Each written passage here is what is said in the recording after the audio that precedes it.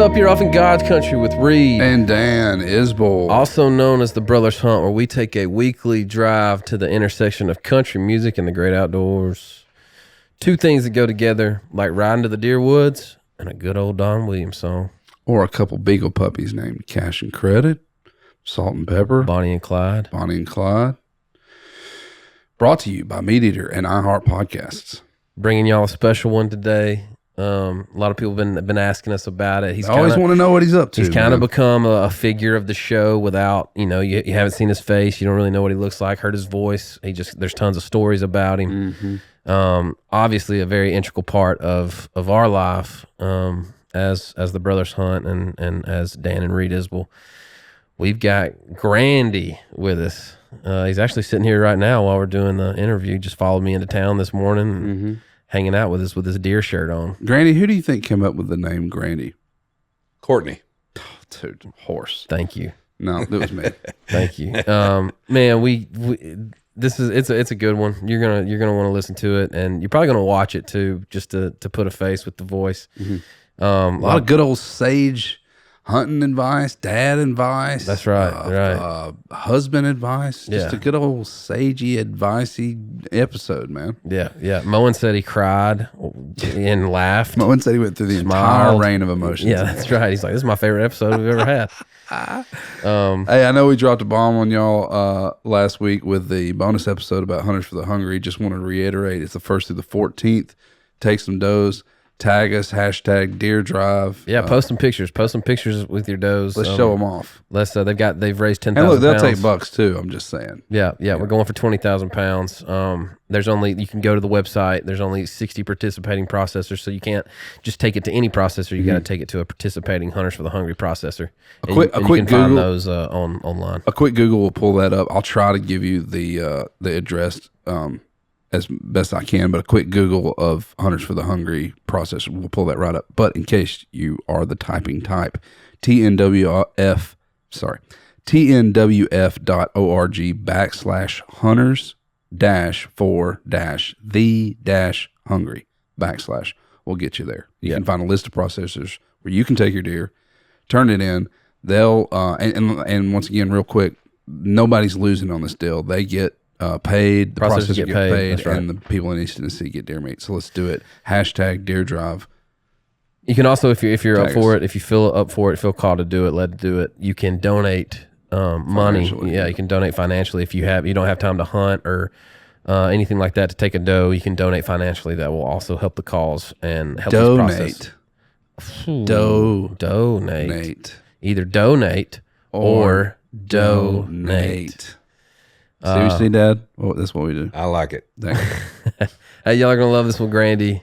Thanks for hanging out with us. See you next time.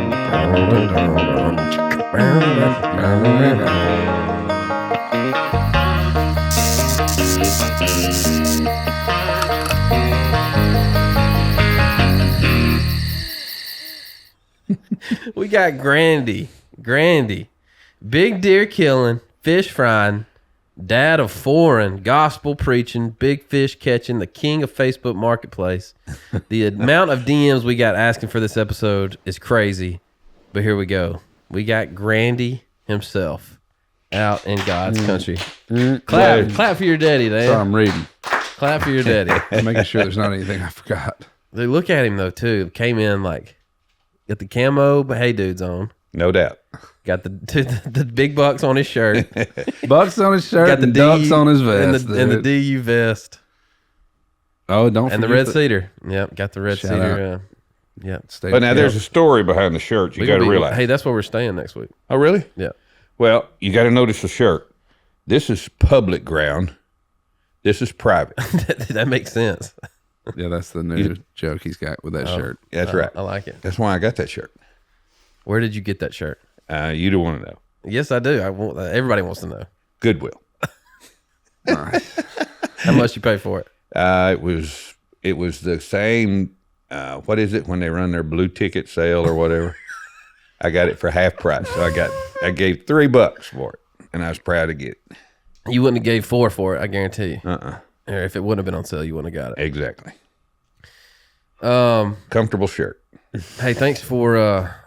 raising us. Thanks for raising us, one. Thanks for also, two. I was kind of reluctant to ask you to do this because I know it's like, it is the middle of the rut right now. And it was 21 degrees this morning. Yes, it was. So thanks for sacrificing. There was an 8-point chasing a doe and 2 fawns in the front field. We just watched them out the window this morning. Really? We're there. I mean, we're in it. It's in it. It's Me no and doubt. Dad spent all last week kind of going back and forth to down to the farm, and I probably should have shot a big 7-point that I passed on the first afternoon. Dad saw some good deer. We'll get into the story of Dad took our nephew and he harvested his first buck. That's great. Yeah. But we'll start this episode just like we start every other episode. What you mad at? Just tell us what it is, what you mad at. Is it your in-laws' kids? Might be your boss man or your neighbor's cat. Just tell us what you mad at. It's crazy you're That's here. cool. I don't think Dad knew we were this official. No, I really didn't. Like he walked in and he's like, whoa. Yeah. Yeah. It looks different in here than on... Do you watch the YouTube? I watch the YouTube. Yeah, it probably looks a little You different. do? You watch the YouTube? Yes, I do. Why? You know everything. Well, yeah, but it's always good to get a little firsthand view from some of these guys, and I like to see them. For some of what, guys? What are you talking about? Well, the different guys that you guys have on, I've never heard of. Yeah, it wants to put a face to the voice. Yeah, I get and- that. You know, a lot of people watch the YouTube. Well, I mean, a lot of yeah. listeners watch. I think, and I'm not telling everybody to go watch the YouTube, but it's probably just listening to us, versus watching us is probably a little bit of a different experience. there's no doubt there is. I mean, I can tell you that. You listen to it on just the radio, the iHeart, and you're hearing the voice. But when you watch it on YouTube, you're seeing the face. You're you're seeing the expression. My bad. you can see Reid drop his phone in real The time. interactions. See, if you were just listening to the radio, you just hear the noise and wouldn't know Look, what there's happened. a picture of Grandy right there Hey, way to go. with Griffin. That was Let's a see good what day. I got. That was good. What's my But, background? but I'm just telling you, though, Oh, what's my background? Yeah, big shocker. no doubt. Myself. Yourself, yeah. No doubt. What's yours, Dad? Uh-oh. What's your It's, background? Oh, it's all of us. Oh, it's all of us. Remember the golf game? I remember. yeah. That was a good. I had a was good fun. day that day. I like to froze that day. Look at that shirt I'm wearing. It's black. black. Remember that? Oh yeah. I gave it. Yep. Yep. But anyway, when you put a face to the voice, it just more personalizes I it. guarantee you more people will go and watch this YouTube than they have. Like, this one might get more just because you're on it, just because people like You're kind of famous on here. you're a character on here. Everybody wants to know what you're up to all the time. Well, that's cool. It's usually Facebook deals. I appreciate that very much. Hunting, Facebook deals, or doing something in the backyard, or preaching, No doubt. sharing the gospel. Let's doubt. start off with what you're mad at or what you're glad at, and I will start it by saying I'm glad today. First off, I'm glad it Can't took bel- us 25 minutes to get to Can't town, believe it. which is crazy. The second thing that I'm Second thing, the second thing that I'm extremely happy about is there is a boy in Michigan who saved his sister by hitting the would-be kidnapper with a slingshot. come on. A Michigan boy who recently channeled his inner, and this is The Guardian. So, a Michigan boy who recently channeled his inner David, which is David, yeah, Bible reference. appropriate. Yeah. Yep. Yeah. And warded off his sister's hulking would-be kidnapper by shooting him with a slingshot. Has said he grabbed the unconventional weapon because he was freaking out at the unfolding danger, and it was the closest thing. It just felt like I was scared, and I had to do something. 13-year-old Owens said, because if I didn't, she would have been taking her worse. Let me just Owens standing for sister. Hold on just a second. Let me get. Oh, here he goes. Here he goes. The teen reached for his nearby slingshot, grabbed a marble and a rock, and opened the window. With both the marble and the rock, he loaded them into the slingshot's pouch, Double shot. pulled it back in its bands, and fired the projectiles at his sister's attacker. Owen struck the 17-year-old assailant in the head and chest, and his sister was able to writhe away out of the clutches and run back inside to her family's home, police said. The attacker ran into the woods, The officers arrested him after they found him, check this out, trying to hide at a nearby gas station with the injuries that matched having been hit with a rock and a marble fired from a slingshot. Good for him. Come on, man. That's awesome. I was just lucky. He's a big target because it's not like one Pepsi can, Owen said, referring to an item which slingshot enthusiasts often use for target practice. Yeah. If I wasn't out there and I didn't hear her scream, then she was gone. Man. Pretty cool, That's man. awesome. That's great. I saw that and I was like, yes, dude. Yeah, dude. Shoot assailants with slingshots. Well, he just grabbed whatever. Do you remember those slingshots you used to get us? Yes, sir. You put a hurting on somebody with That it. had the yellow. Oh, that's the yellow with elastic. the forearm. And you had the forearm stock. The wrist bracket. That you would sit it down on your forearm and you Dangerous. pull that. You could pull it back because you had that. And son, you could. See, I launch them wanted to things. kill a turkey with one of those things. I practiced and practiced, but I never got confident. Yeah, I bet. Thank goodness. Yeah. That'd be impressive. I would love to smack a turkey upside the head with a slingshot. What you happy? What you glad at I'm glad at. or mad at? I'm glad. I forgot this morning when I got in my truck. It was freezing. My hands were freezing. Dude, something's going on with my hands. Like, I'm losing Dexterity? maybe, but like I cleaned a couple deer this weekend, and then my sister-in-law asked me to cut up a flank steak, and dude, I was cutting this thing against the grain because that's how you do it for fajitas. And over this weekend, and dude, my hands, I feel like I need like one of those Tennis ball squeezers? tennis ball squeezer or one of those hand Squeezers? to get my. Anyway, my hands were freezing this morning when I got my truck, and I was like, "Daggone, man, I don't have any gloves."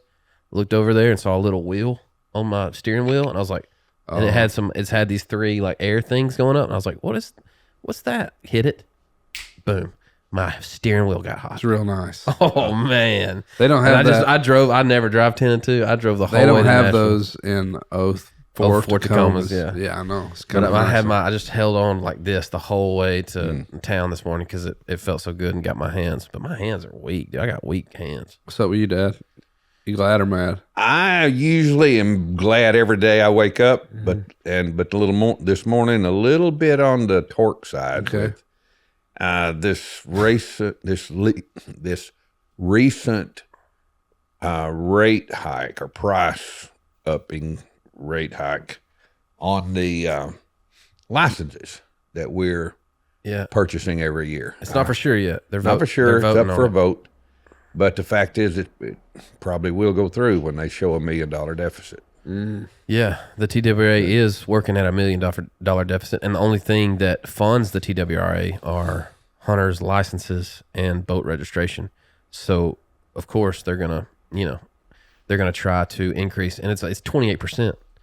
So even on lifetime licenses, they're gonna try to increase them by like 12 to 15%. Well, I was trying to find out why the deficit. I mean, is there a Because they're self-funded and they're not doing anything to raise money for themselves. But does that mean that there's less hunters buying license, or what? What is that saying? The trend is this something that is just a 1 year $1 million deficit, or is it something that's been building on till it reached that point? Well, I think they do that. That's why they do those raffles every year. I'm sure it is, Which I didn't win anything. Did y'all win anything? and won never won. I don't know that they're giving anything. But I contribute. Same. I do feel like I was watching a thing where a bunch of guys, they're like, I love hunting. I live in Tennessee. I love hunting and fishing in Tennessee. They're like, but the prices. I mean, I think a fishing license is $30 something in Tennessee for an in-state fishing license, and with this increase, it'll go to like 45. And he was like, man, I think I might move to Mississippi because 1, I think the fishing's better there. 2, the hunt and fish combo's $10 For residents. Jeez. Well, see, to me, I would rather see the non-resident aspect go up. Well, yeah, of course you would. You're not a non-resident. Exactly. Well, it is. I mean that, and it probably will. I'm sure probably that all of it go up. But usually that's the case, right? Like anywhere you hunt, if They raise a non-resident. compared to an in-state tag versus an Yeah. out-of-state tag. Yeah. The out-of-state tags are, you got to pay for those. Yeah, we'll have to see. We'll have to see how that shakes out. I don't know. That's a big hike. It's though. worth, Here's another thing. Here's what I'm mad at. Here's what good mad at. I'm mad at Dad for not buying our lifetime licenses. Here we go. 30 and 40 years ago. Well, again, had I known we were staying in Tennessee the rest of our life, I would have. I'll say, I don't feel like Grandy strikes out very much. That he struck out on that one. I did. I love you. And on the day that you die, I'll be so sad, but I'll still be mad at you for not getting my hunt. I'm mad at me for not getting I'm just holding that forever. I'm never going to let that go. Oh, it would probably be worth us getting all of us getting our lifetime licenses. Yeah. I tell you what, we got to do it before Boone and Griffin, and that's Buck. And Oak. I'm just saying, like, I know, but we might 3. I know, but we might as well get all. Well, yeah, get it before they hike them up. No doubt. Yeah. Okay. Well, again, guys, just have a forgiving heart. $200. I apologize. What was it back then? I have no idea. Probably like $90. Probably $50. I think it's more like 90, 75. Oh, sorry. If I don't now we feel pay sorry for you. now we pay $170 a year now. I know it. About to pay $200 and something a year. Yeah. We're about to pay $3,000 for a lifetime. Yeah, no doubt. Yeah. Speaking of back then, give the listeners just a little background of where you're from, how you grew up hunting, who taught you how to hunt, all that kind of stuff. And look, Dad, we're 15 minutes in. Yeah. This is about an hour episode, so we're going to have to keep them kind of snug. You know what I'm saying? Buddy. Don't get loose. Don't get loose over there. Don't preach. I mean, you can preach, but Yeah. We'll just save the preaching. Born in Ohio. Dad was in the Army. Mom was living with him, of course. And so I happened to be born just off the military base in Columbus, Ohio. Moved south after Dad finished his 2-year service there. Quick little story. Sorry, I'm Already, already dude? interrupted, dude. I played this is I good. played AAU basketball in Columbus, Ohio, my senior year in Senior year. high school. Yeah. And Dad, you flew up, didn't you? Yeah, he did. Yeah, and me and you and Daddy Spud and Dan. And Dad was like, "Hey, we're never in Ohio. I got to go back and see where I was born. See the first house I lived in." Yeah. So we went over there and we were driving around. And we found it. We found he was standing there. He's like, "Man, this is crazy." It's a duplex, remember, Yeah. on the corner. That's right. And he was like, "This is crazy." But at that time, there's a guy, like an older man, rode by on a bike. And he went, "Hey, there's Ronnie." How long were you there? Like a year? 2 years. 2 years. Year and a He's half. like, "That was my best friend Ronnie from back in the day. He grew up right down the street." Yeah. Yeah. And you guys went, "What? Where?" And I said, "Right there, right down the road. There's Ronnie." All right. Mississippi. Keep going. Go to Mississippi. So we moved to Mississippi where the family is. My dad had, of course, 6 brothers and 3 sisters. Large family, 40-something cousins. And I think about 90% of those were hunters. So we rabbit hunted, kept a pack of beagle dogs. Old Diner was the best dog I've ever seen in my life. Diner? Diner, Diner, just like a Santa Fe diner. Did she have? It was Cafe, the other one. Yep. Was there? And restaurant was the stud dog. Yeah. But Diner was the big dog, was big beagle, and I mean, when Diner opened her mouth, meat was going on the table. And rabbit hunted. One funny story: my uncle Ernest, my daddy's twin brother, liked to load. Ernest and Ernest. Ernest was Dad's dad. Yep. Ernest was His twin brother. his twin brother. My daddy's name was Vernest with an initial B. Yeah, what do they always make fun of? They used to say it was Berthel. Well, and Ernest had the initial V. Now, on their birth certificates, neither one of those had a name. It was just an initial, B and V. You remember this? So my uncle, David Curry. David Curry, my cousin, who loved to just totally antagonize my dad. He's one of the funniest people I know. He's a dandy. And he was determined. He'd say, "Uncle Ernest, I know that B stands for something." And Dad would say, "No, it doesn't stand for anything." And he said, "Yes, it does. I'm going to find out." So found out that my dad's mother had 2 sisters named Bertha and That's right. Bertha. and Velma. Like Big Bertha. Big Bertha. And Velma. And she was a big lady, but it was Bertha and Velma. Mm-hmm. So David then said, "Uncle Ernest, your name is Vernest Bertha." Because he said Ernest was Ernest Velma. Yeah. Ernest Velma and And Vernest Bertha. He said, "My middle name ain't Bertha." And they laughed and laughed and laughed. I remember that very well. Yeah. So Dad's twin brother Ernest got this idea he was going to really load up some rabbit shot. He loaded his own shells. And we're out in front of my granddad's place rabbit hunting. And I mean, the dogs are yelling. I mean, they're howling, they're running a rabbit. And my 3 or 4 uncles, everybody's trying to cut it off and keep the other one from killing it. And Uncle Ernest comes running across the hill, and here comes the rabbit toward him, and he stops and pulls up that double barrel shotgun and pulls both barrels at the same time. And when it did, that shotgun whooped him all over the hillside. I bet. I mean, blacked his eyes, bloodied his nose. I mean, he's laying on the ground. His pack shot? His pack shot. Yeah. Did you kill a rabbit? He obliterated that rabbit. Nothing left but just pieces. Great. And everybody yelling and laughing and hepping him up. And I mean, it was hilarious. And so I grew up in that kind of an atmosphere of hunting. And when it transferred to deer hunting, my Uncle Roy, who's Gary's dad, Roy and my Uncle Wayne were the dog handlers. And y'all ran dogs in Mississippi. we ran dogs in Mississippi. I don't know that there wasn't I don't know that they had actually a no gun dog season. I think it was pretty much Everybody was doing it. when it opened, it was dogging. And down in Mississippi, North Mississippi, the Corinth area, there was Sharp's Bottom we hunted in, Holly Springs, Mississippi, and we carried the dogs everywhere we went, and it was wide open. Turn them loose, cut them off. And the hard thing was, it was fun with the family, but it wasn't really, for me, a lot of fun hunting that way. That was not my preferred style at all. Every deer that came by me was running no less than probably 40 to 50 miles an hour. Yeah. Tough shot. And Doesn't make for great ethics. no, I mean, and sad to say, it was one of those situations where a lot of times if it's brown, it's down. Yeah. They call it ground checking. Yeah.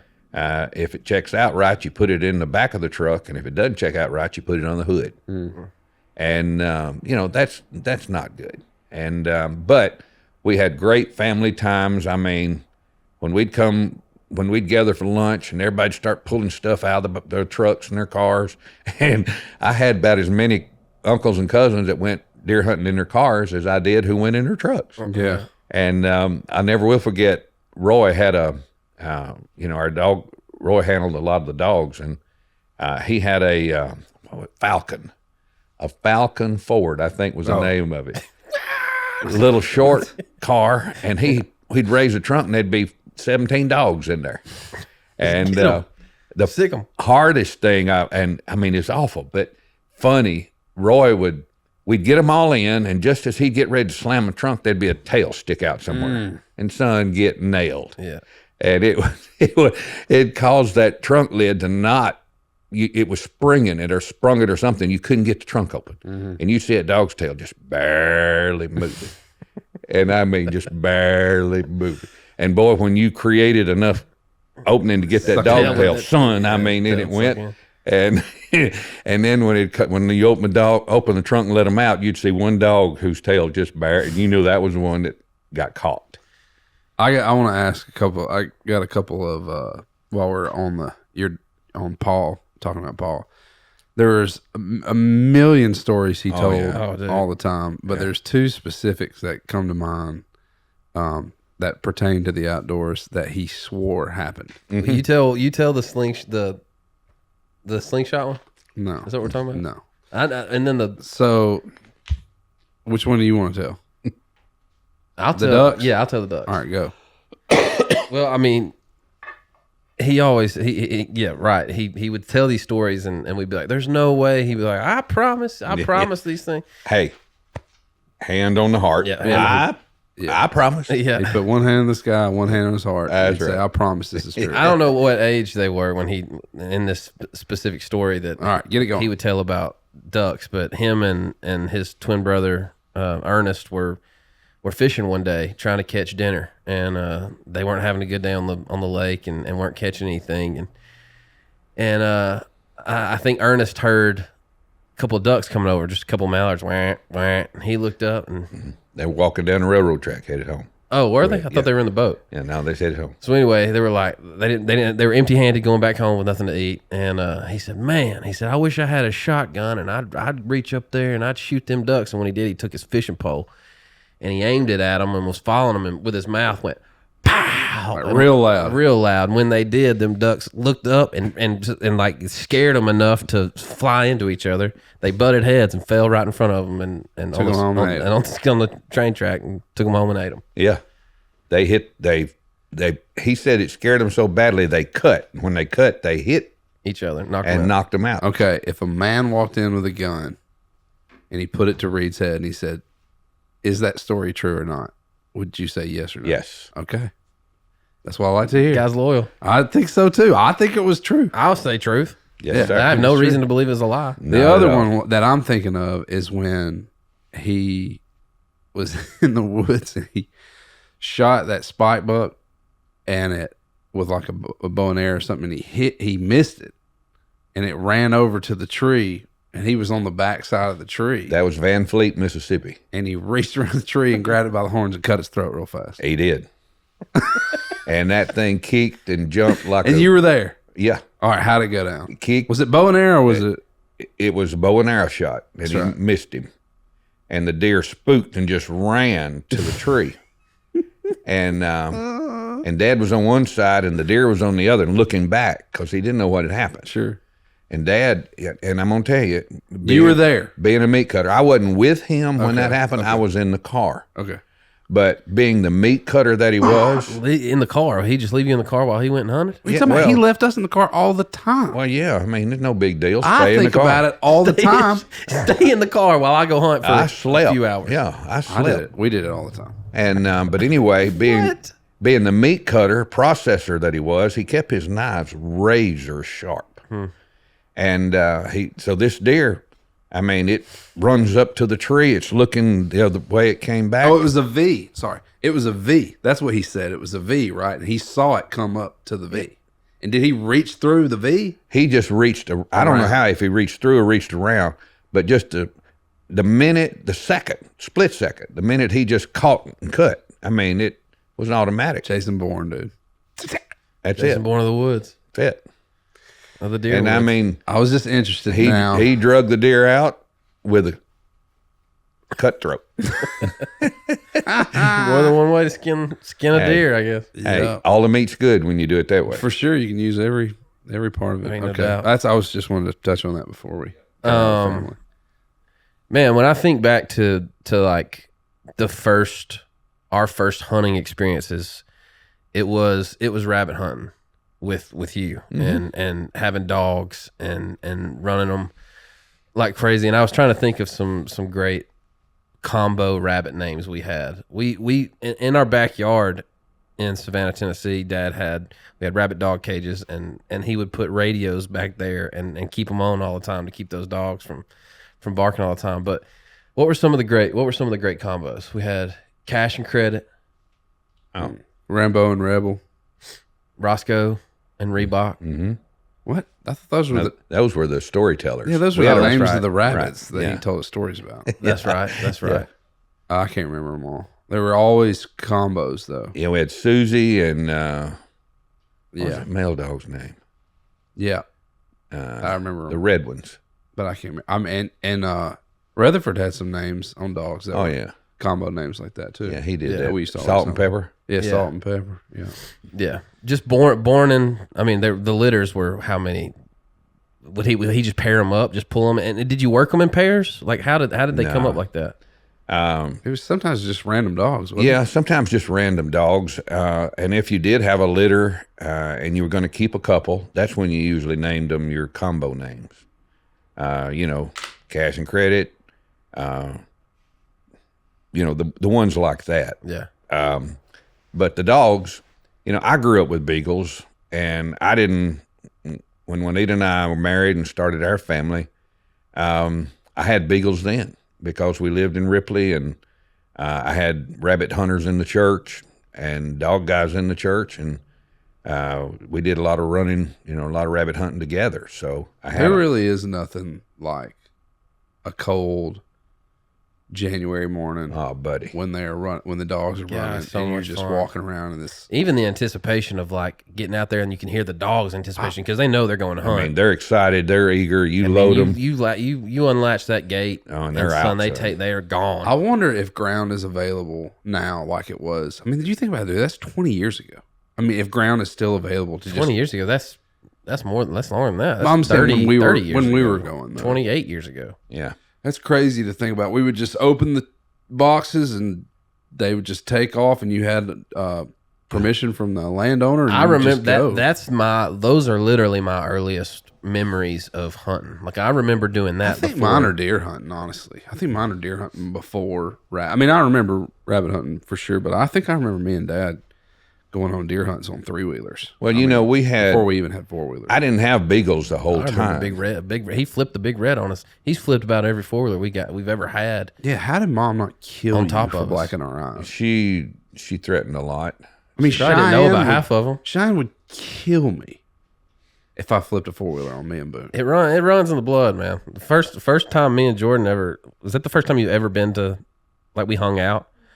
Yeah, but y'all are the same. Y'all are the same. I flipped a 4-wheeler on me and Jordan the first time we ever hung out. I didn't know that. Yeah, I was literally trying to back up a hill and I reversed it and cut it and it flipped on. I had to push it just like us, and literally in that split second, I was like, "This is what Dad did."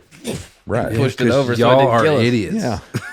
We are, man. We talked about it this past week. Oh, let's don't talk about it. I mean, look, I get it. I would say I'm tendency-wise, I'm probably more like Mom, and that y'all are like, because the best way for me to ever get anything done that I didn't want to have to do was just to pit you guys against each other, because it was just like, because they're the same person. I'm just going to talk to Jordan about this.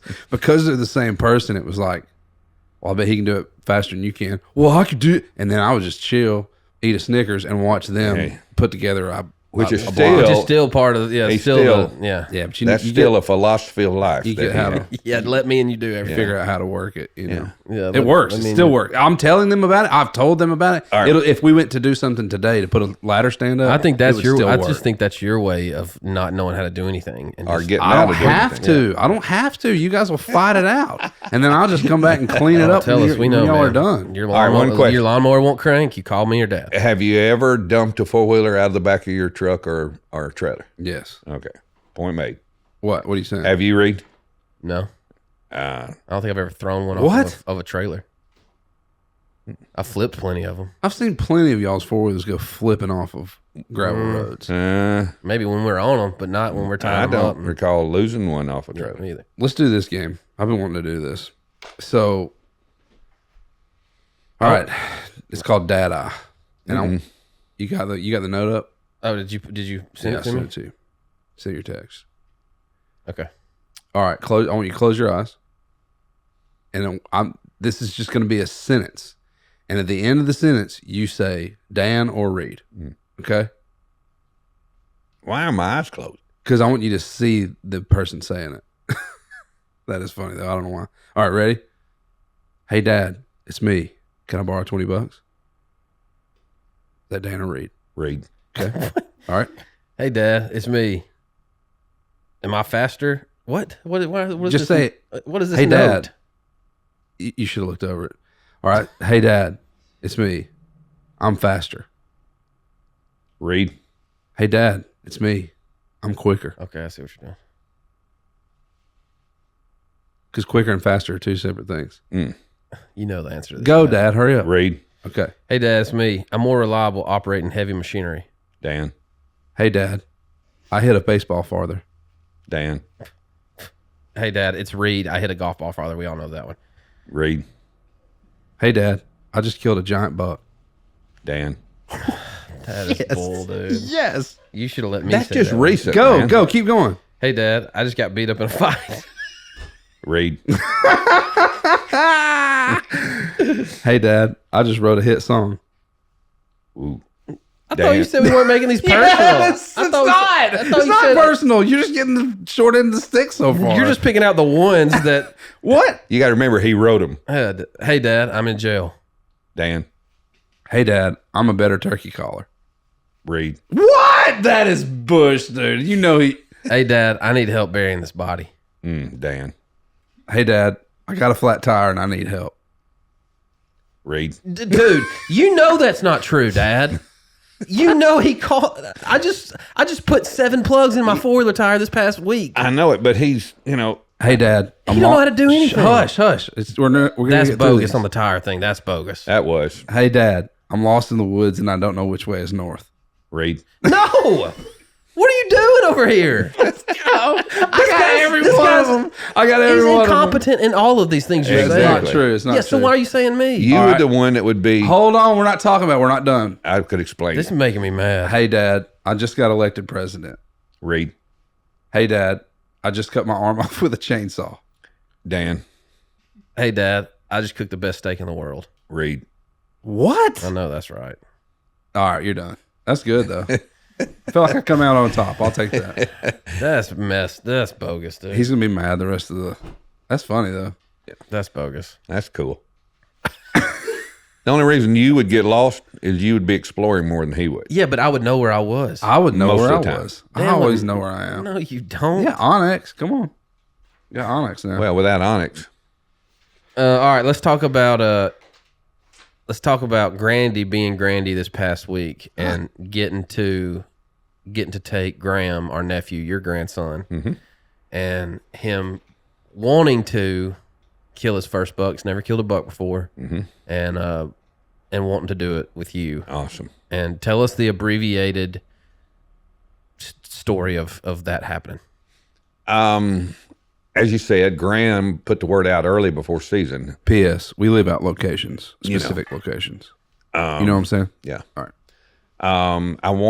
He wanted to kill a buck. He wanted to kill a buck.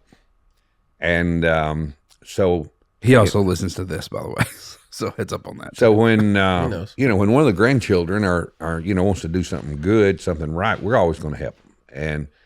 And so we determined early when Graham could hunt, I'm willing to hunt with him. You all were willing to hunt with him, and it just so happened that it fell on our Thanksgiving time when we go to the camp and we hunt the 2 days after Thanksgiving, Friday and Saturday. So Graham came with us, and we hunted Friday morning. I had a couple of spikes and a nice 6-point to come by, but Graham sized him up and he wanted to pass that 6 and wait on something else. So in the evening, we see does and a spike. One decent, could have been an 8, but it moved so fast through and by us that he didn't get a shot at him. So Saturday morning rolls around, and about 8 o'clock, Graham gets really tired, exhausted, and he says, "Grandy, I'm exhausted." I said, "Graham, make you a little bed, son, and go to sleep." I'm watching.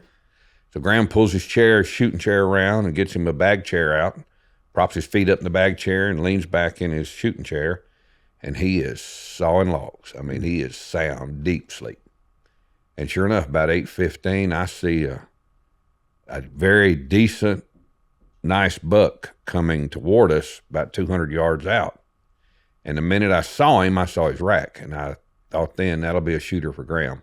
Grabbed the binocs, confirmed it, reached over and I grabbed Graham by the leg and I said, Graham, shooter buck coming down, shooter buck coming to us. And old Graham jumps up and he's knocking chairs everywhere and tripping over hunting bags and trying to get his shooting chair around to his gun, and gets on him. And the deer, fortunately, is not in a hurry. He moves, gives us plenty of time. Graham gets on him and he says, "Grandy, I want to shoot this one." I said, "We're going to get him, buddy." And it's funny. He said, "Will you hold your hand over my ears where it won't be so loud?" And I said, "Graham, it's not going to be loud." I said, "I can't hold the binoculars and cover your ears at the same time. I might knock you off your shot. I won't do that." Deer turns. I said, "We're going to wait till he gets broadside. He's giving us a good target." And sure enough, the deer, is you guys know, was going up, starting toward a logging road, going from east to west. And he stops. And I said, "Graham, whenever you're ready." Well, I'm watching with binoculars, and old Graham just pow. And when he does, You end up covering one of his ears. I cover his left ear with in my left hand. I'm binoculars in my right hand, and deer jumps. He comes down into I call it a bulldog run, where it's all fours at the same time pulling. And Graham, he's out of our sight, gone in the woods up that logging road. Graham looks around at me and he says, I said, "What do you think, Graham?" He said, "Grandy, I feel good about the shot. I think I made a good shot." I said, "That's what I want to hear." So we call Reid, and let him know he shot, and we're looking and going to be looking in 30 minutes. Give the deer that much time. Get up there.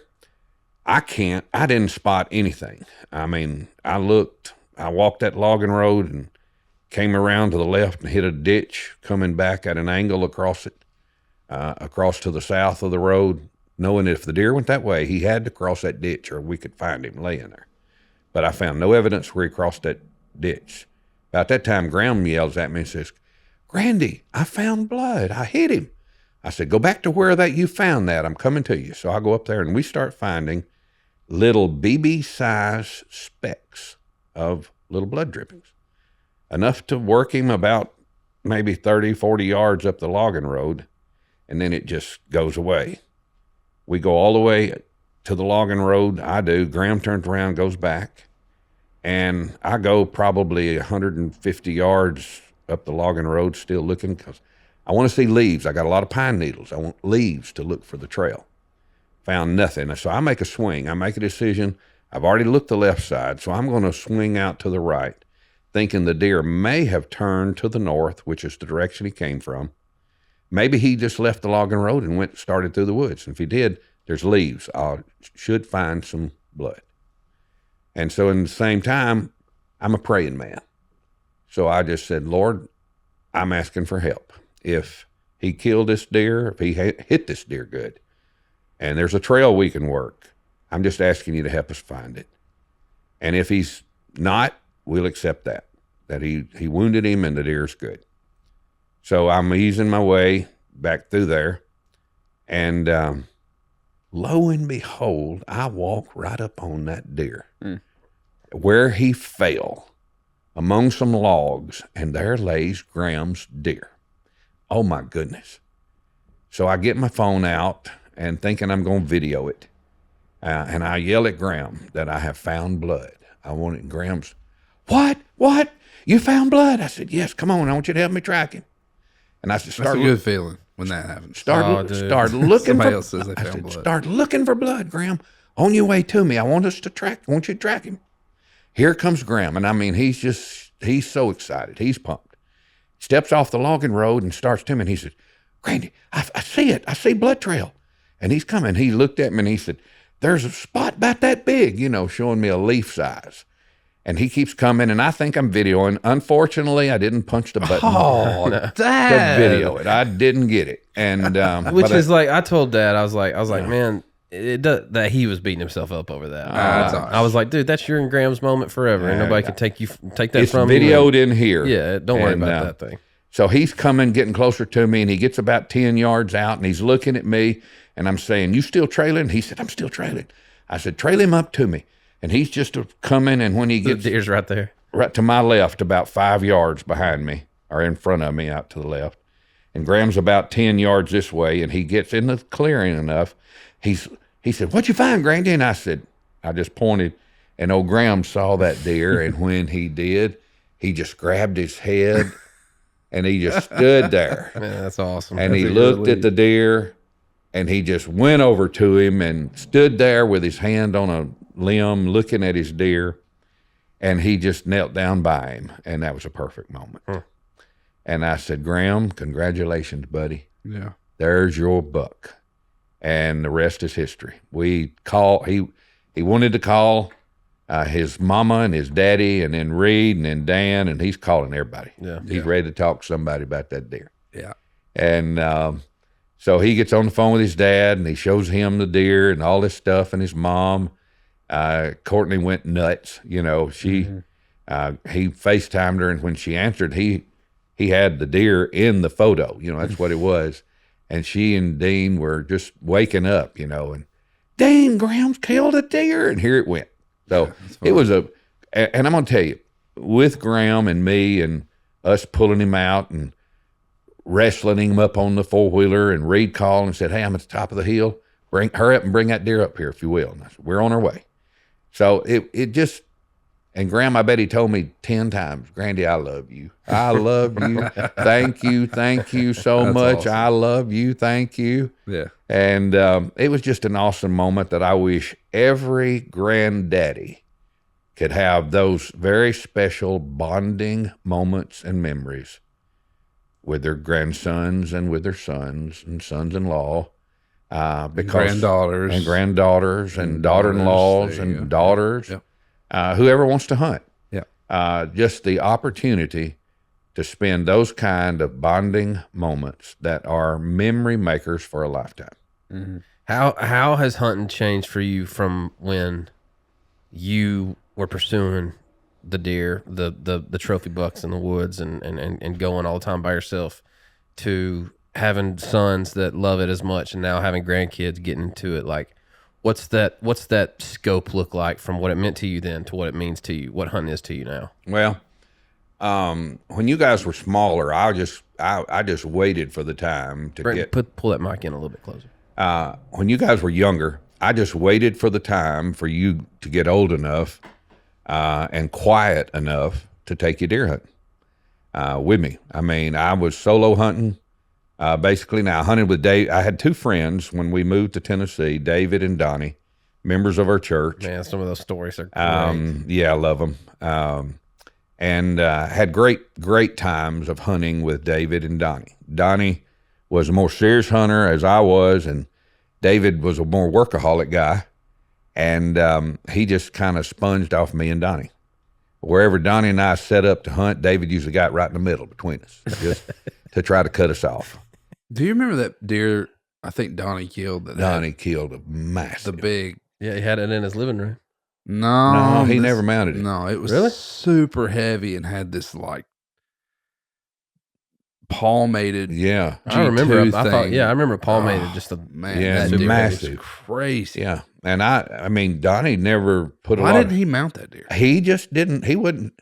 Donnie said he didn't want to waste his money on getting them out for the wall. Man, that was a big. He just hunted him, and he got the rack, and he let everybody borrow it, and everybody see it. Yeah, and I think it ended up. I don't know that he knows where it is today. It was at our house for a long time. It's beautiful big rack. So hunted with them, and you asked me about how it changed. When leasing started, we just kind of split up. They went different ways because I got in and I became a lease manager or whatever. I leased ground myself, and they were still of the set of mine. They weren't really wanting to pay to get in a lease. They wanted just public land hunt, which is fine. So I did a lot of hunting by myself till you guys came along. And then my focus became helping you guys kill deer till you got to where you were pretty quickly functioning on your own. And then lo and behold, when the grandchildren comes along and they want to hunt, I told Graham the other day, I said, Graham, I want you to know something. He said, Grandy, thank you for taking your time with me. I said, Graham, I would rather be with you when you kill a deer than for me to be hunting the biggest buck in these woods and kill it myself. I get a greater joy out of seeing your joy than I do the thrill of me taking an animal out of these woods. Okay, would you rather shot a 190 or been with Graham when he killed that? That's not a good question. No, I'm asking. I'd rather been with Graham. Okay, 210. Graham can hunt with Reid. 205. Graham can hunt with Reid. Yeah. I'm just wondering where the line's at. That's all. It seems like 200. 200 is the line. That's awesome. We don't have a 200. Yeah, that was an awesome moment. No, we don't. We took hero pictures of it and did the whole. The pictures are great. He loved it. Yeah, he was fired up. I called him yesterday, and I said, "Look, man, I had sick kids. I couldn't be down there with them. Mo, and you feel me on that? Sick kids don't get to hunt anymore. And so I called him and I just said, hey, walk me through the story. That's good. And he was telling me the whole thing, and he said, I said, so what are you going to do with him, man? You going to mount him? You going to skull mount him? He goes, I think I'm going to mount him. I said, really? And he said, yeah, man. He said, Dad said I could. Oh, really? Yeah. Shoulder mounting? That's awesome. Yeah, they're going to mount him. I mean, that's a good deer, too. A good deer to shoot. Yeah, buddy. Good for him. Didn't have brow tines. Big main. I think his brow tines went into his main beams. He had longer main beams. He had one little kicker on his right coming off his base. Yeah. Great deer. Yeah, it's an awesome deer. Yeah, it's awesome. It's already been 50 minutes. I know. We gotta get into it. Let's you got something? Well, just let's just do this music thing right quick. Just talk about because like I want you to kind of give some advice to other parents of children who are chasing dreams, and you've always been so supportive, and you and Mom both have been. Our whole family's been very supportive of watching us try to do this Nashville thing, from moving your houseboat up here and us living on it, and paying the slip rent, and to obviously, today coming to all our things that we have in Nashville. Who paid the slip rent? No, we did. I was about to say. I'm saying. You didn't pay my half of the slip. No, I'm just saying, just giving us a place to live. To now, literally today, sitting in a chair with us on our podcast and hanging out. Like what advice would you give for parents and people who kind of their children are wanting to chase a dream that they're not sure at all? Unorthodox path. Per se. Has it been tough watching us do this thing? Has it been like? Well, there's been, we didn't try to tell you what to do ever. We always tried to support you in what you wanted to do, as long as what you wanted to do was honorable, right, and worthwhile. And when you guys, starting with Dan, kind of setting the pace and direction he was going with his life, and with you, with his punk rock bands. Yeah, all throughout. First of all, we prayed earnestly for you guys. And I had this conversation with Juanita not long ago. I said, it ought not surprise us that Courtney and Dan and Reid and Lindsay have, done well and are doing well, and God's blessing, because we've been praying for you ever since before you were born. And the answers to prayer, coupled with the wisdom that God gives us to know how to encourage and support and have your back, which we've always tried to do, is just to help you to do what you want to do, as long, again, as what you're wanting to do is right and reasonable and honest and good and worthwhile. So the fact that we didn't have to spend a lot of money getting you out of jail and hiring lawyers to keep you out of prison and all that kind of stuff. I mean, you guys have been, and girls too, has been a pain in the butt at times, but at other times you've been a pleasure. And watching you guys grow and become more professional in what you were doing, and using good judgment and making good calls, then we would do whatever we could do to help accommodate you, help support you, and help be there for you. So there were a lot of times that, we wanted to be more involved, but we wouldn't. We gave you the rope, gave you the room to sharpen your skills, to choose your direction. And, I know we don't know all you ever did and don't really want to know with, some of the details you guys had to live through and live with and work out and work through. But you knew where we were, we knew where you were. And as a result of it, we just wanted to see you do well. And we're seeing you do well. And coming from, working 3 jobs, moving and calling ball games and writing songs and trying to make ends meet, we saw the effort you were putting into what you were doing. And so therefore, if you believed it was that worthwhile, so did we. I feel like there was a time where I was really close to being locked into something in Savannah, right? Hot dog dinner. I mean, that's what I always talk about, the infamous hot dog dinner in the basement where... what is helicopter is loud and low. A helicopter? I thought it was landing on this building. I thought it was like a motorcycle. Anyway, I remember you saying to me, hey, are you sure this is what you want to do? And I was like, I mean, I guess I have to do it. And you were like, I'm not sure this is what you were built for.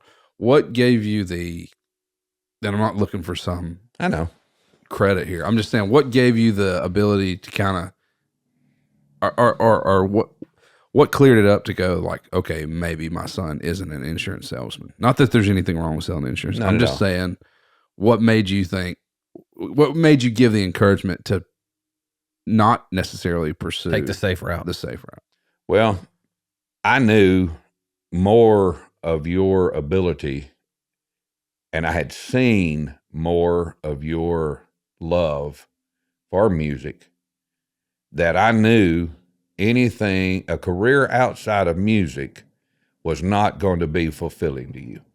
Correct. Something else had to be in line for you other than that particular opportunity that you had. It was a good opportunity. Sure. And it would have made you a fair living. Sure. And I don't have a doubt that you wouldn't have done well at it, but it wasn't your gifting like music was. You were a natural musician, and you were a good songwriter, even at that time and stage of your life. It had already been proven. Yeah.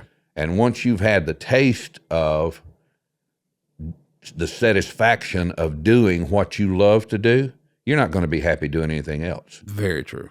That's still true. That becomes the standard. For sure. I mean, and anything less than that is not going to satisfy. That's exactly right. Yeah, that's very true. You can get through it. You can draw your breath and draw your salary, but you're not going to be happy. Right. Mm-hmm. You're not going to be fulfilled as if when you do what you're gifted and enabled of God to be able to do. It's a good word. Good word right there. No Both doubt. you guys are. Well, I'm just telling you, that's what, to me, a parent is for. That's what you're looking. You know that child. Well, that was very instrumental, no pun intended, because it was like I was to a point. I was probably mid-20s at the time, and just kind of floundering and trying. Didn't have a lot going. Didn't have nothing going. Failed that insurance test a few times, too. No, I passed 3 of the 4 tests. On the first try, I just had to go back and pass the 4th one. Yeah. And I was scheduling it, and Dad was like, "Man, I don't know about this. Yeah.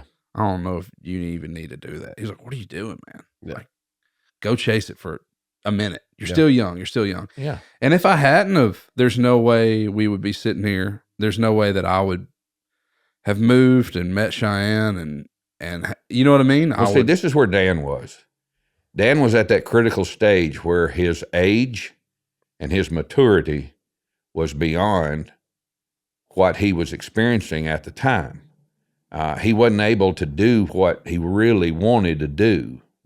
Opportunities were just not opening for It's him. hard. Yeah. It's real hard. It's real hard to get into music. And it's easier. And you don't have the money to move up here That's and what just I'm try saying. it. It- Well, also, there's this burden that you carry, right? Like Exactly. Of Sure. your You put yourself under a lot of pressure. Your dad giving you $100 for the week No for doubt. you to drive up here and just like try to figure it out. Yeah. And your mom your mom cooking you stuff for you to bring back up here so you have food to eat. You're ready in the to be back of on the your car. own. Yeah, it's tough. And your buddies are getting married and they're having kids. yeah, and you they're ain't got moving on with their life. nothing, dude. And my You ain't got point to nothing. Dan was, while you're at this age, you don't have, a lot of financial responsibility hanging or on you. responsibilities, period. Period. Yeah. So, hey, let's chase you can always come back to this. Mm-hmm. So let's chase the dream. Let's go for the dream. Let's see if doors are going to open. Let's see if you're going to find what that is you're looking for before you settle down to just for something else, Yeah. something less than Yeah. what you're cut out to really be. I saw that. I saw it in him, saw it in you. Yeah. And so, there's just what you see in your kids as a parent. You guys can right now start to see direction that your children are going to be going. I mean, you see what they're sharp at, you see what they love, you see what they're good at, and that's only going to get stronger, clearer, and more obvious as they get older. Mm-hmm. And a wise parent that can see that and then help to kind of build on it and encourage it. I had no idea when he requested a guitar for Christmas what that would lead to. But that's what he wanted. And I told Anita, I said, we're not going to spend a whole lot of money on this. You don't know. We get a little bitty amplifier, not a big one. But Let me get strong. let's see what he wants to do with it. And shoot, the guy's picking out Christmas carols by noon on the first day he's ever owned a guitar. Yeah. So Badly, but All right, Badly, quit talking but- about Dan. Say something about me. Reid was singing specials. exactly. Yeah. Yeah, that's awesome. Yeah. That's awesome. Well, I mean, I think obviously, we wouldn't have gotten to do any of the things that we have gotten to do without yours and mom's support and being there for us and It just would have been And very pushing- easy to pushing- give up. pushing us along the road, man. It would have been very easy. It was still weighing on us to give up. He was very close to giving up, more so than I've ever man. seen at any time. Well, yeah. I mean, you're pouring yourself into something, and there's no results for years and years and years. Yeah. I mean, It gets easy monotonous. it gets hard. It's hard. Yeah. All right.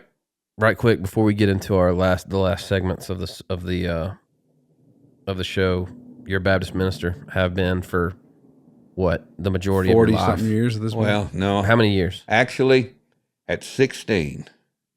So I've been at it for 53 years. Give us your gospel. Just preach for a minute to these people. Literally 1 minute. Yeah.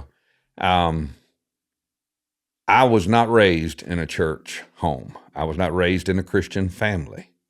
At the age of 14, we moved to a new location in our town, and I had a group of friends that lived in that location that invited me to their youth group at their church. I started going with them. They were picking me up and bringing me home. I was 14. And at 15, I became aware that I was lost, that I was without God. I knew of him, but I didn't know him. And I had a fear of hell. I had a sense of guilt, and I had an awareness of lostness.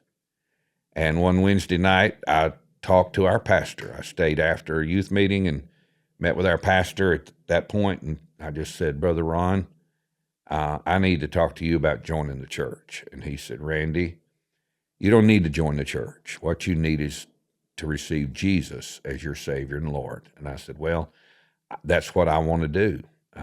And so he shared with me how to be saved, and I prayed a very serious prayer for the first time in my life. Now, I'd prayed a lot of prayers, help me get out of this trouble, help me pass this test, that kind of stuff. But a serious time, first time prayer where I repented and asked God to forgive me of all my sinning and to save my soul. I believed he loved me and he died for me and he would save me as he was raised from the dead for that purpose. And I trusted him to save me, and I'll just tell you, in that moment, the lights didn't flash on and off. I didn't jump pews or swing from chandeliers, but I knew that fear of hell, that fear of death, and that guilt of sin was lifted off of my life, and my life changed. I was 15, but the peace that came into my life was very real. And at 16, my dad was a semi-pro baseball coach. Baseball was our life on weekends and weekdays. Grew up playing baseball, football, basketball, everything. Loved to compete with anybody about anything. And but that was the direction that I was going, literally, until I began to sense a call to ministry, to preach, to be a part of a ministry work, and couldn't get rid of it. And couldn't get it off my mind, my heart. And that's all I began to see myself doing. So at 16, I answered the call to my heart from God to be a minister. Now, started pastoring when I was 19 and met Juanita at the first pastorate church, first church I ever pastored.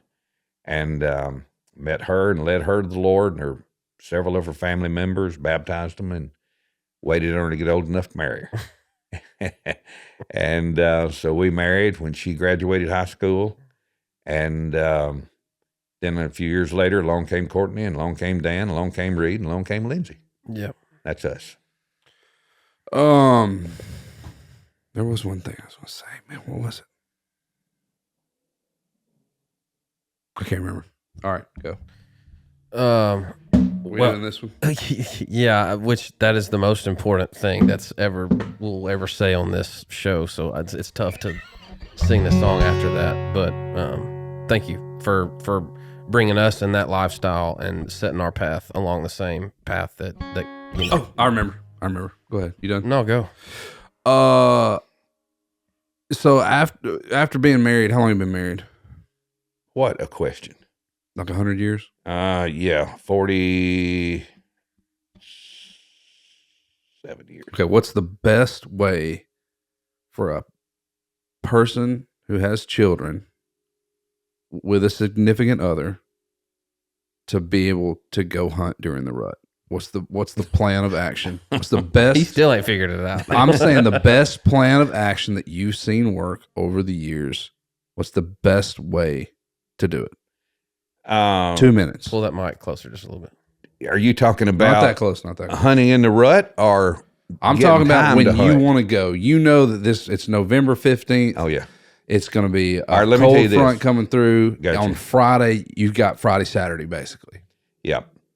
Maybe Thursday night if you're real lucky. 2 minutes. The biggest 2 minutes. the thing that you got to do is you got to start preparing your wife and family way before the rut. That's what I'm asking. What is the process? Where do you start? What's the first thing you do? Literally, you wash the dishes.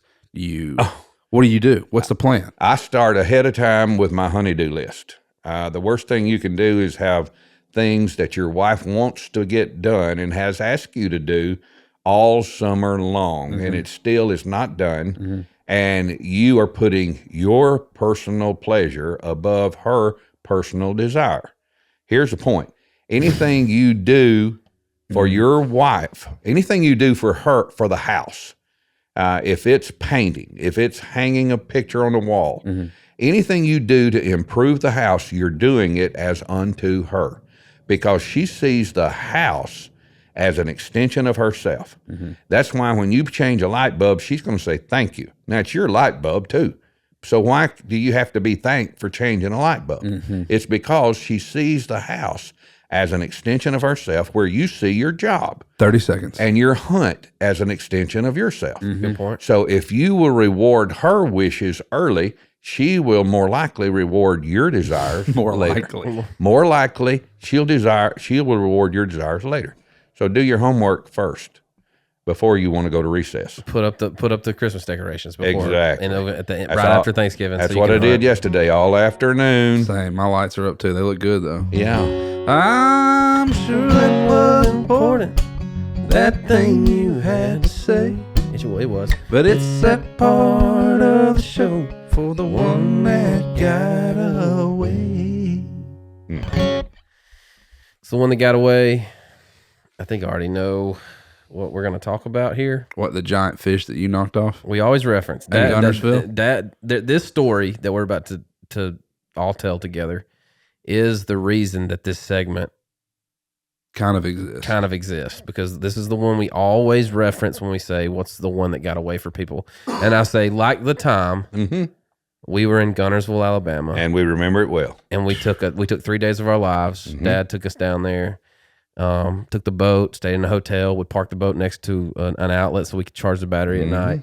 Fished hard for 3 days, didn't catch nothing. Nothing. And then on the last morning, we were going over a pea gravel bank. I remember Dad finding this pea gravel bank, rock bank. I remember it was tucked in amongst some boathouses. That's too. right. Grabbed a little shallow crank, little square bill, and threw it up on the bank and was just running it down that pea gravel back toward down the depth. And son stuck a fish Nailed a hammer. and immediately knew it was a giant. Big fish. Immediately knew. Reid grabbed the net. And the fact that you trusted me with the net when I was 8 years old says a lot about Dan. by the Well, way. I'm curious as to why. I think I was probably in the back of the boat fishing. You were. He was in the middle. Yeah.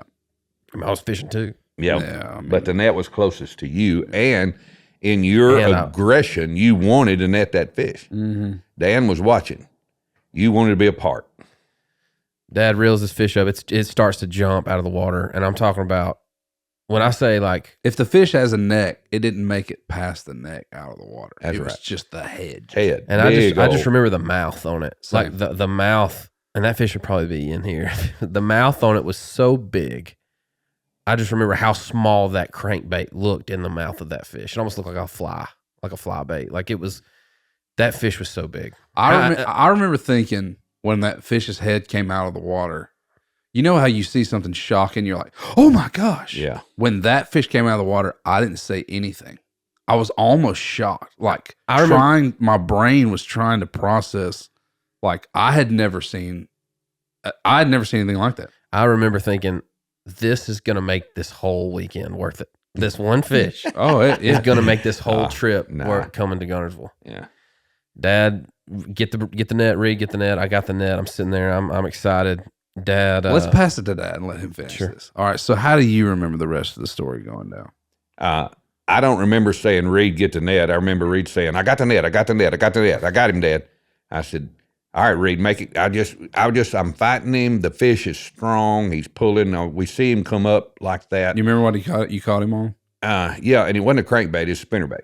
It was a white spinnerbait, probably. White and chartreuse spinnerbait. I thought it was crankbait. Hung right there on the right side of his mouth, and he, I've got him. And probably because I was so young, I don't remember correctly. The minute that I saw him, I knew that we're talking better than 12. I mean, I've caught 10-pound, 110-pound, several 8s and 9s. I mean, he's big. His head is bigger than any fish I've ever seen. It wasn't a he, it was a her. Yeah. The head on that fish was bigger than any fish I've ever seen pull out of the water. Agreed. And, and I've been with the bass clubs and tournament fishing, and I've seen some good fish caught, big smallies as well. But this was going to be a 12 plus, 15 pound, somewhere my guess in that bracket. She was a hoss. Yeah, she was. And I remember working it up, reeling it in, and get it up to where Reid can get the net under it. And instead of going down under it, he goes straight for the head. Straight at it. And he hits that spinnerbait with the end of the net. Yeah, that's how I remember it too. And when he starts pulling back, he pulled that hook right out of that fish, that spinnerbait right out of that fish. The fish cut one way when he was pulling the other way, and it just popped right out. Okay, now I'll take the story. So I go. Here we go. Reid just knocked that fish off. And you go, no, he didn't. No. And I was like, yeah, he did. I saw the end of the thing hit the spinnerbait and pull the hook out. And you were like, no, he slung it off. Yeah. How long did you adopt that lie until you finally? Well, I think I cried. You did. In the boat, knowing what had just happened. Yeah. Because I mean, I was just as passionate about it then as I am now. It did not matter to me at that point that we had lost that fish. What mattered to me was you just beating yourself up about something that you didn't need to. I don't know that you've beat yourself up enough about it. Oh, I promise you I have. That was a big I don't know, but here's the deal. I don't know if that happens. I don't know that we tell that story as much. We get to think about and talk about that. No, we'd be talking about some giant fish that was on our wall that our dad caught. That you. All right. Well, let me on the record. Sorry for knocking that fish off. No problem. All right, let's do your Gravorite. We do a Gravorite song. It's greatest/favorite tune. That, and I think I know what it is because every time. I mean, if I think about driving to the Deer Woods back in the day, that like leaving at noon at our house, 1 o'clock, that 20-minute ride back, Don Williams was playing. Don Williams was, in my opinion, one of the greatest country artists that's been out. And I just remember looking across to the driver's seat and Dad doing his head like this. What, to this right here? Now we're talking. You gotta sing it too. All right? I wish. No, sing it. I left Oklahoma, driving in a Pontiac, just about to lose my mind. I was going to Arizona, maybe on to California, where the people all live so fine. My baby said I'm crazy, my mama called me lazy. I was gonna show 'em all this time. 'Cause you ain't not no fooling, I don't need no more schooling. I was born to just walk the line. Come on, sing buddy. it. Living on Tulsa time. Living on Tulsa time. Well, you know I've been through it. Well, I set my watch back to it. Just living on Tulsa time. Man, that's a jam. That is. Don Williams. And what about this one? Lord, I know this day is good. Yeah, man. Love it. I'm feeling. Lord, I hope this day is good. I'm feeling empty and misunderstood. I know I should be thankful, Lord, I know I should. But Lord, I hope this day is good. That's great. And it always is. It's a great day. Every day's a great day. Great day.